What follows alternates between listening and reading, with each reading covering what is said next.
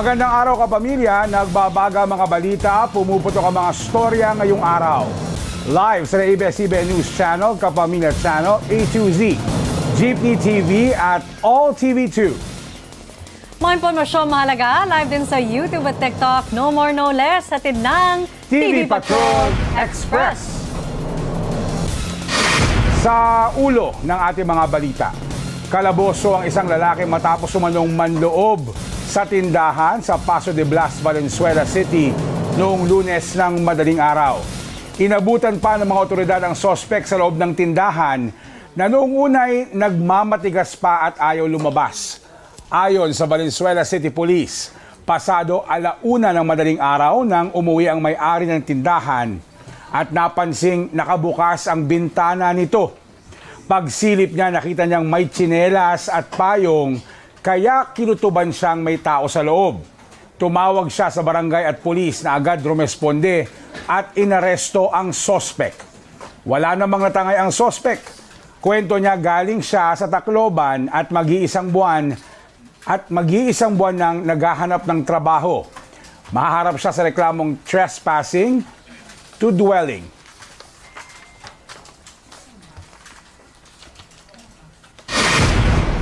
Nasawi ang isang 17 anyos na binatilyo matapos mabangga ng pampaserong bus sa Carcar City sa Cebu noong linggo ng hapon. Sa CCTV footage, panoorin po natin, kitang tumatawid yung biktima sakay ng bisikleta sa bahagi ng Barangay Poblacion 1 nang mahagip ng humaharurot na bus. Ayon sa Carcar City Police, nagkausap na magkabilang panig at nagkasundong sasagutin ang kumpanya ng bus ang gastusin sa burol at pagpapalibing sa biktima. Muli namang nanawagan ng mga otoridad sa mga motorista na laging mag-ingat sa pagmamaneho. Sugatan ng isang taxi driver matapos siyang hilitan ng kanyang pasahero sa Ermita, Maynila. Ayon sa Ermita Police, sumakay sa taxi ang suspect at dalawa niyang kasama sa NAIA Terminal 1 at nagpahatid sa Santa Mesa, Maynila. Pagdating sa Ermita, pinahinto ng suspect ang taxi dahil kailangan umano niyang magbanyo. Pero bigla na lang niyang ginilita ng driver gamit ang chisel. Kasunod nito, tumakas ang suspect pati ang isa niyang kasama. Naiwan naman ang isa pa at agad na naaresto. Aniya, galing sila sa pag-a-apply ng trabaho at dahil sa pagod at gutom ay nagpasya silang mag-taxi na lang pauwi. Hindi rin niya alam kung bakit biglang inatake ng kasama niya ang taxi driver. Timbog sa follow-up operation ang dalawa niyang kasama. Naharap sila sa reklamong frustrated murder. Tiniyak ni Pangulong Ferdinand Marcos Jr. na makukulong at walang Merry Christmas ang mga sangkot umano sa maanumalyang flood control projects. Ayon sa Pangulo, 37 individual, kasama ang ilang mambabatas, opisyal ng gobyerno at kontratista ang maaaring sampahan ng mga kasong kriminal at administratibo at makukulong bago magpasko. Hindi muna isinapubliko ni Marcos ang kanilang mga pangalan, pero hindi kasama sa inisyal na listahan ng kanyang pinsan na si dating House Speaker Martin Romualdez. Anya, wala pang ebidensya na nagdadawit sa mambabatas. Pero nilinaw ng Pangulo na kapag may maipresentang ebidensya, ay handa silang kasuhan ang kaanak. Bago magpasko, marami dito sa napangalanan dito ay palagay matatapos na yung kaso nila, buo na yung kaso. Makukulong na sila. Kinakatakutan namin na yung mga alam natin na talagang kasabwat dito sa kawalanghiyang ito ay makakalusot sa kaso dahil because of a legal technicality. Tinitiyak namin na pagka kami ay sumampa ng kaso, yung kasong yan ay hanggang sa dulo.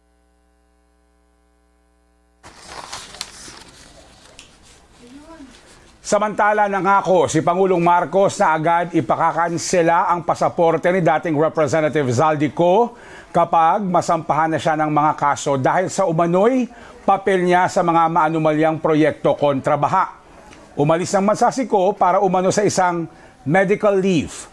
Pero nag-resign siya noong kakansilahin na ng Kamara ang kanyang travel authority para mapilitan siyang umuwi at harapin ang mga aligasyon laban sa kanya.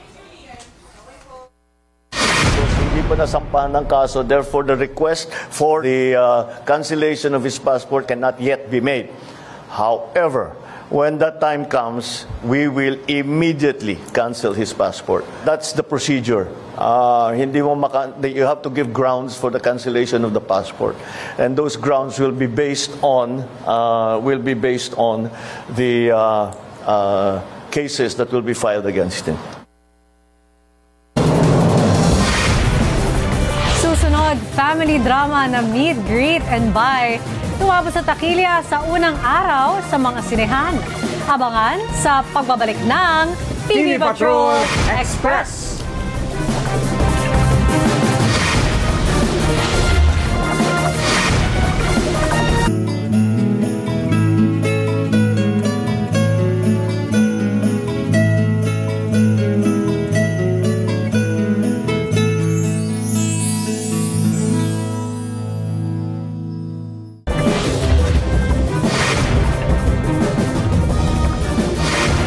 Nagbabalik po ang TV Patrol Express.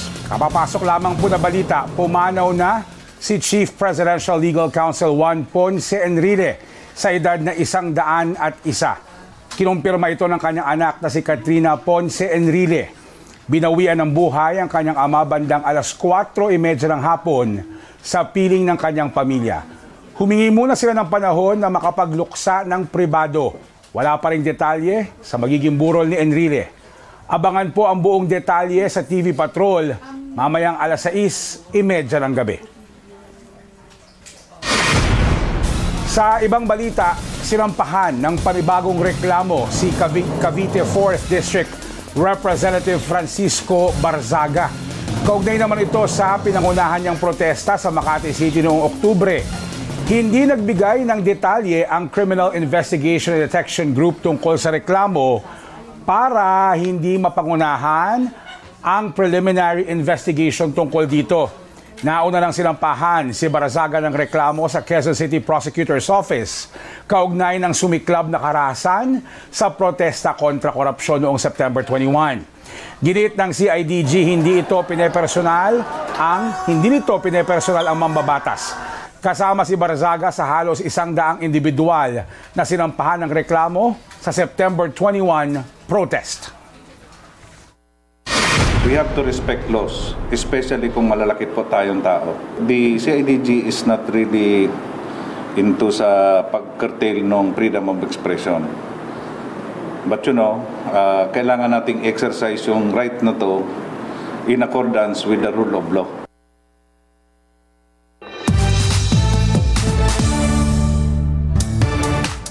Ang latest sa showbiz sa ating Star Patrol Express.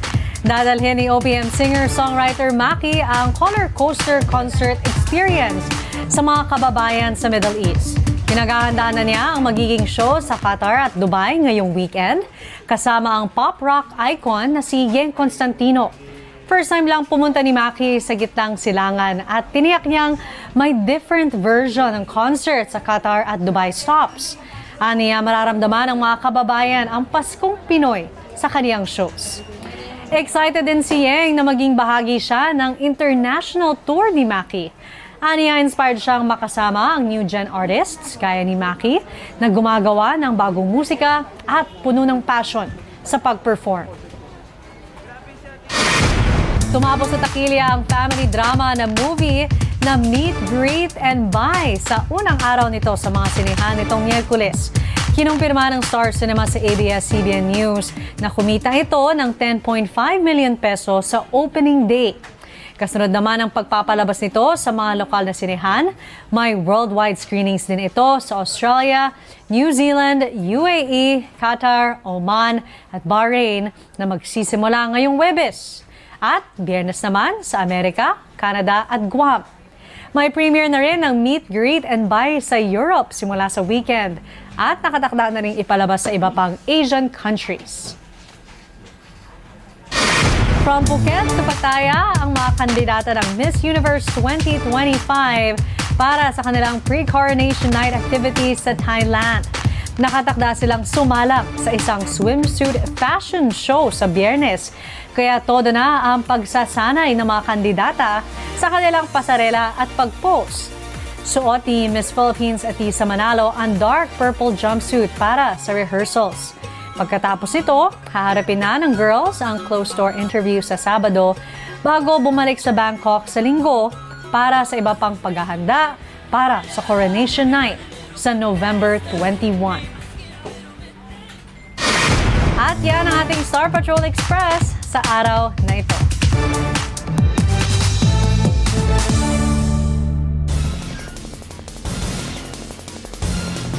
Wala ka na masasabi? Wala, mauubusan ako ng boses. Tinitipid natin at mukhang marami tayong binabantayang balita sa mga oras na ito. At yan ang mga nagbabagang balita. Huwag pong kalimutan, mag-LSSC, like, share, subscribe, and comment sa YouTube at TikTok. Ako po si Denise Tinsay. Mga kapamilya, bukod po sa YouTube at TikTok, napapanood na rin ng live ang TV Patrol Express sa ABS-CBN News Channel, Kapamilya Channel, A2Z, Jeepney TV at All TV2. Maaari nyo rin po i-scan ang QR code sa inyong mga screen para mapanood sa aming YouTube channel ang mga latest news. Nandiyan po yan. O balikan ang mga balita na nakalagpas po sa inyo. Ako po si Jeff Canoy. Maraming salamat at magandang hapon, kapamilya.